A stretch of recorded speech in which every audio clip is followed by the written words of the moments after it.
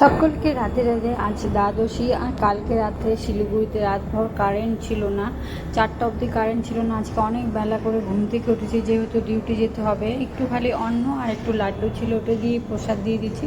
কালকেরই রাত্রে রান্না নিয়ে আমরা টিফিনে নিয়ে চলে যাচ্ছি। আমি আমার হাজব্যান্ড ডিউটিতে, মেয়েকে স্কুলে পাঠিয়ে দিয়েছি। আজকে কিছু টিফিন শেয়ার করা হলো না, এত উঠতার ছিলাম।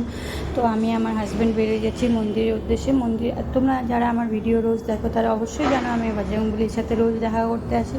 তো প্রণাম করে নিলাম, এখানে একটু পুজো করে নেব, ভোলেনাথকে জল ঢেলে তারপরে একটু প্রণাম টনাম করে বেরিয়ে যাব।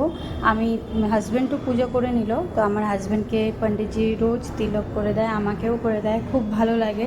তো আমি চলে এসেছি ডিউটিতে, এসে এখানটায় চা খেয়ে নিলাম। তো আজকে কফি খাইনি, তো চা খেয়ে তারপরে ফ্রিজে, এখানে অফিসে ফ্রিজে সবার খাওয়া থাকে। তো ওই যে দেখো, আমি সয়াবিন কালকেরই রাত্রেই সব বানানো ছিল, ভাতটা আজকে বানিয়েছি।